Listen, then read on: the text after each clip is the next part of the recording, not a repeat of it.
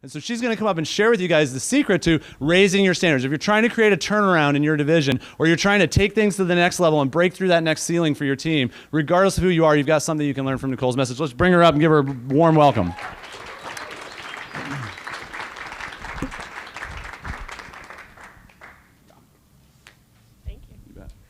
So just a comment on the whole task force thing. So I thought this was like all the coordinators come to this meeting. So I was like talking to Andy. I was like, you going to the meeting? He's like, what meeting? I was like, all right.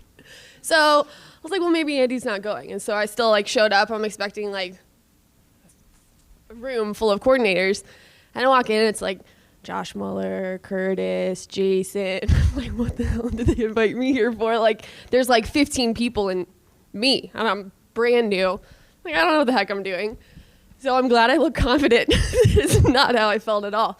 But yeah, it's been an awesome year. So first of all, can I have all the coordinators in the room stand up? Let's give our coordinators a round of applause. I was talking to Seth Kinzer last night after the meeting, and he said that a couple reps from his team were like, whoa, I didn't realize how much you actually do as a coordinator. So for all of you guys in the room that aren't coordinators, I think today would be a really good day to give your coordinator a hug or a high five or chest bump or whatever. But tell them thank you for all the crap that they put up with, because I think a lot of times the coordinator position is a little bit more on the thankless side. It's a lot of the work that we do is behind the scenes. So all you see at the end of the day is, well, I don't know. You don't really see any of it. So you just show up, you work your shows, and magically statistics get entered in. You get an email from your coordinator. You get your team meetings, and that's about all you see. But the little wheels are turning. You know, like I remember going through management training, and they had the whole like duck on water analogy, where it's like they look all cool and calm and collected, and then behind the scenes they're like, oh shit, gotta like make stuff happen. So definitely appreciate your coordinators. Can I have all the non-coordinators stand up? Anybody in the room that is not a coordinator?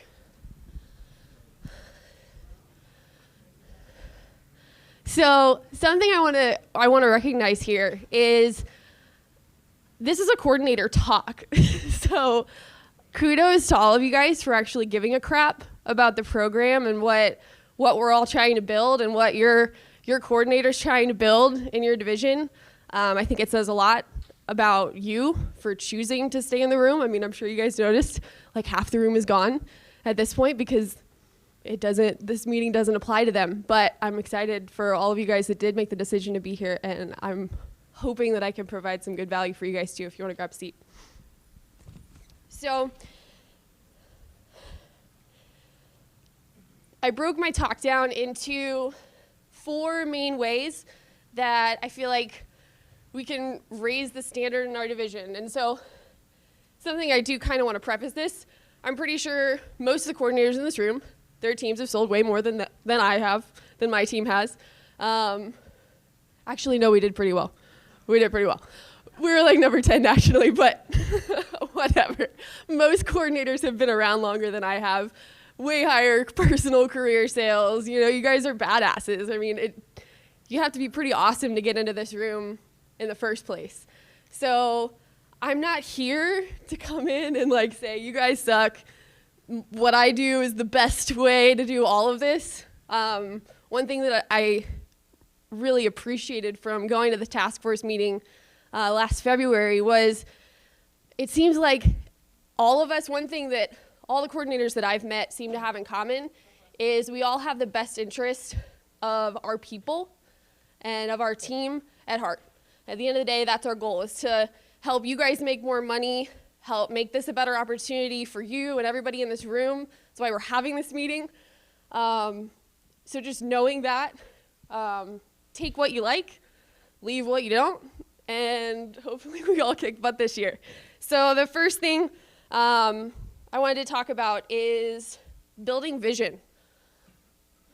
What really made a difference for us, you know, I left RDC last year, and I had some really awesome conversations with Josh and Luke Mills and Seth Kinzer, and I left that meeting just ignorance on fire with a little bit of content, but mostly I was just like, I'm going to sell a lot of knives. It's going to be great. And after that, I started coaching with Josh, and just the exposure to the content and really me starting to see some results myself. I have to definitely give some credit to Ray.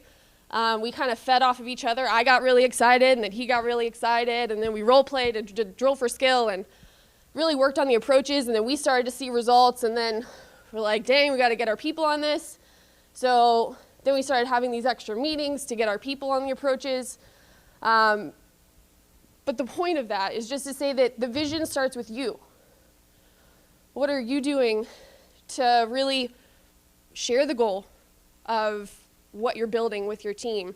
I think it was Carlton, you said this yesterday, that you didn't know you're supposed to find new events or something like that.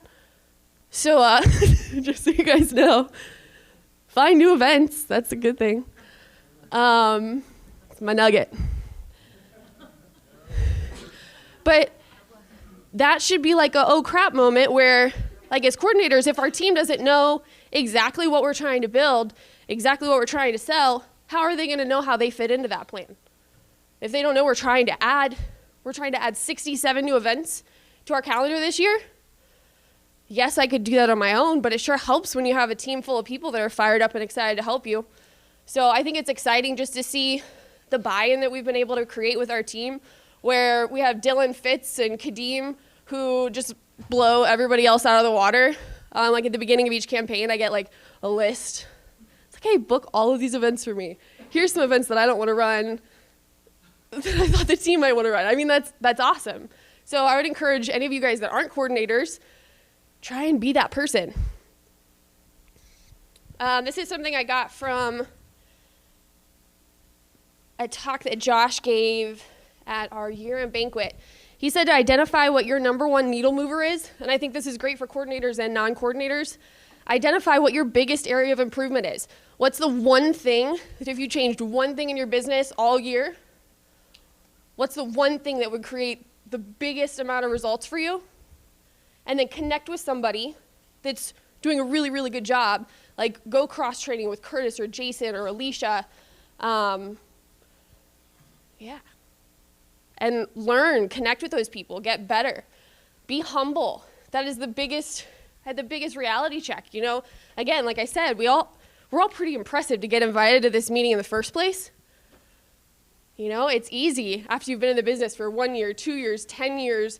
Some people in the room have been here for over 15 years. It's like, you guys are pretty awesome at your jobs. Like, you have to be pretty good to, like, sell millions of dollars worth of knives. But something that I really admire about Curtis, I've heard this from people that have gone cross-training with you, that your scripts are always changing. That he's always tweaking something to make it just a little bit better. I know Josh mentioned that was one of the big things that made a difference in his business, where he had to realize that there were other people out there doing some things. He was very good, really good. It's Josh Muller. He's awesome. But he had some things that he could get better with. And I think that's a common trend with the top leaders in our business, is they're always looking for that next step on how they can get a little bit better. It also makes it more fun, too, when you're learning. It's like a game. It's exciting when you sell your first ultimate upgrade on the new approaches. You're like, what? This works. What the hell have I been doing? It's awesome. So my next point is just to prove that what you're promoting works by doing it yourself. And then this is kind of a side note, but I asked my team as part of my message, I was like, hey guys, I just wanted to get some feedback from my talk. What got you bought in? What made you buy into me? So I'm literally just going to read what one of the people on my team, Dylan, wrote. A couple other comments were like that I'm genuine. I think that's something that is definitely true. I try to be very transparent. There's no BS. I'm going to tell you how it is, and I'm not going to try and sugarcoat. I don't do that because that's what I would want from a coordinator and from a manager. And I've had people sugarcoat things. Like, oh, you. So this is my first show that I ever ran by myself. My coordinator called and was like, hey, I got this opportunity for you. You're going to get to work your first show by yourself. This is a senior expo. And it cost like $750. I'd worked like one show. It was awful. But you lose trust there. Where it's like, sweet, you just closed me on losing money. Like a lot of money. Because it was going to be a great opportunity. So something that I take pride in is all of the events that we're booking, like our new events. Like if I'm booking a show, it's because I know you're going to be profitable if you just show up and do your thing there. I'm confident that you're going to make money. Now, do some of them not go as planned? Absolutely. But my team has confidence that the events that we are booking, they're actually going to do really well there. So Dylan said, as a new rep on the team, I didn't really know what to expect, so I just kind of believed whatever you said and promoted. But as I've gotten onto my role with the team, you've continued to pour belief in, along with stats and logic that really guide our planning. In the end, you sell it with enthusiasm and perfectly timed swearing. I always tell people that you make the biggest impact on my business by challenging me to think and act bigger. So something just as an idea that has worked for me is asking for feedback from my team. Hey, what am I doing well? What do you want me to stop doing? What do you want me to keep doing? What could I do more of? What should I change? And getting feedback so that I'm managing them the best way I possibly can. When I stepped into my role as coordinator, and I'm sure some of you guys can relate to this if you're a little bit newer, maybe you're coming in and you have some more veteran members on the team where you're kind of the little guy on the totem pole. Where there's veterans on the team that have sold way more than you have. And they're kind of stuck in their ways. They're happy doing what they're doing and they don't want to change. Let them do their thing. I put a ton of time and energy into stressing about like 3 people who just wouldn't buy into my thing. And what I was so excited about, I was like, I'm seeing these results. It's going to be awesome. And they're like, that's cool. We don't care. So let them not care. Because the people on my team that are in this room, those are the people that I'm going to spend my time with. Those are the people that are committed to growing themselves. So if they don't want to get better, fine. I'll let my brand new people that have worked shows for less than a year kick the butts of all of the veteran people that are doing fine, however they are. And then they can ask questions about, hey, what's the 30K rep doing to sell way more than me? So don't stress about the little stuff. Another thing that I did for Vision is I leveraged our team Facebook page. I'll talk a little bit more about this later, but we started a conversation on Facebook, or I started a conversation. I ran the numbers on how many events we needed to do to sell $1 million at the booth. And it was like 185 events based on our averages outside of Epcot, which is like our big show. And I was like, what do you guys think? I was like, I kind of think it's crazy, but I ran the numbers. We could do it. Are you guys down to do this? And we had this whole like thread and conversation about talking about the goal and what we thought was possible. So again, just getting the team involved in the actual goal setting process is really a big thing for us. Communication with DMs and DVMs. One thing that I think about here is having win-win conversations. This is another idea that I got from Josh. Showing the DMs and the DVM how what you're building benefits them. So something that I think about just specifically for DMs, because DMs, I mean, that's where you're going to get all of your people. So if they don't like you, they're probably not going to send you very many people. If they're bought into you and what you're building and the people that they're sending you start selling more and they're doing better and they're more responsible, then it's going to be a situation like what Pato was talking about, where you can't get the DMs to stop sending you people. You're like, hold on. Like, can they be on the job for like a few weeks before you send them my way? That's awesome.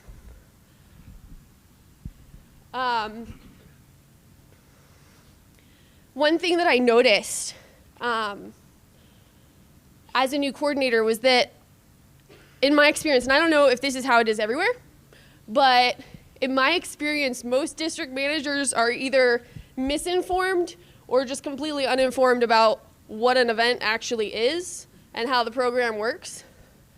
So that's kind of a big deal. So one of the things that I did, and again, take it or leave it, I hopped on one of our DM calls. I was like, hey, just want to let you guys know, this is what we're trying to build, this is who we're looking for, this is why we want to make sure that they've sold a certain amount of Cutco, because we want these people to be profitable. I'm not trying to drive a bunch of people out of the business. That is not my goal. There's risk involved. They're paying to be here. There was an idea that we just pay money and like show up and like people just come by. Like we're Macy's. Like not a lot of skill required. It's just like you show up, pay your money, you write orders all day. Just collect them. I was like, no. That's not how it is. But again, if they've never run a show, how are they going to know that? If they've never been to a show, how are they going to know that? So it's our job as coordinators, it's the non-coordinators' jobs to make sure that you're doing the same thing, promoting what's really going on with the event program to your DMs as well. My third point is engaging and leading the team. So for us, we have mandatory training and team meetings and conference calls. We do, if you guys want to know, we do 2 team meetings that are mandatory, one at the beginning of the fall, one at the end of the fall, and then we do like 10 monthly conference calls. Our people are pretty spread out, so that's just kind of what we've chosen to do. Most of you guys have your own plan with that. But some type of mandatory training and conference calls to cover content. And then one thing that we added in last year, once Ray and I really started getting on the approaches, was we started doing these optional advanced training meetings where I invited everybody over to my house. Like 5 people showed up out of like 15 people on our team. And we did drill for skill. We went through the approaches. We would have everybody read a paragraph, and then the next time around you try and say the paragraph without the approach. And then if you mess up, we let you look at your script and then you try it again. Just as a way to get some more repetition with the approach. It's easier in a group setting. It's more fun in a group setting.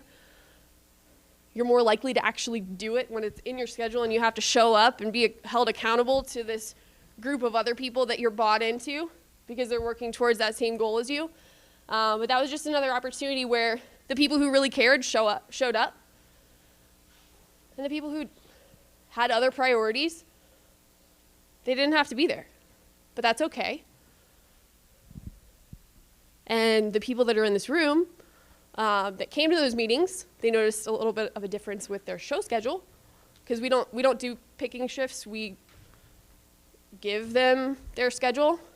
So who do you think, if I find a new event, who's going to get first dibs on the new events? The people that are actually showing me consistently that they give a crap about what we're building and what we're doing.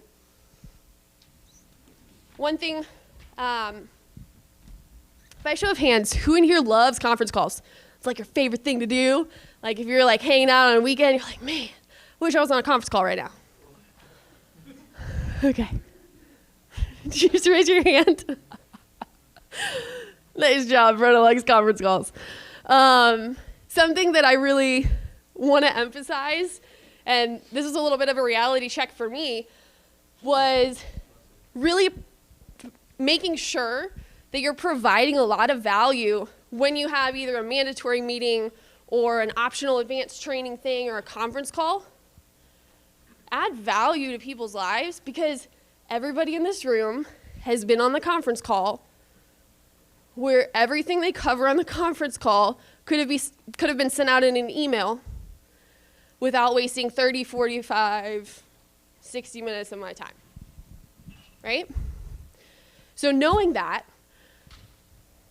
put in the time, put in the energy, because you're expecting 5, 10, 15, 20 plus people to be 100% present for this conference call. But if you're not 100% prepared, how can you expect them to actually give a crap about what you're talking about when you don't even give a crap about what you're talking about because you didn't take the time to show that you cared? That was a big thing for me. So again, you guys might be in different spots, but my goal is just to tell you guys what's worked for me, and hopefully you guys can get some value from that. So, another thing with the little advanced training workshops, the show sheets, only the people who came to the meeting got the show sheets. So like a lot of people were like, where'd you get those?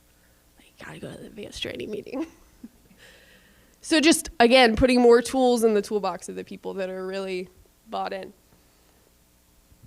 Putting systems in place. Is Lori Reyna in the room? No. I was so pumped. She asked this question yesterday. That's okay. So for putting systems in place, let me ask a question. So who in here has ever wished that you had more time to do like actual result producing activities, less time on admin? Awesome. So what we did for our stats is I took the format of what our region needs from us for all of our event stats, and I got this idea from Andy Jonty, and I just kind of modified what he's been using for a long time. And basically it's on a Google spreadsheet, and it's got all of our events for the year on it, and the dates, and how much people sold, how many orders, everything that you need to submit a recap is on there. We have a section for ROR and all of that, and kickbacks and things like that from ROR. And so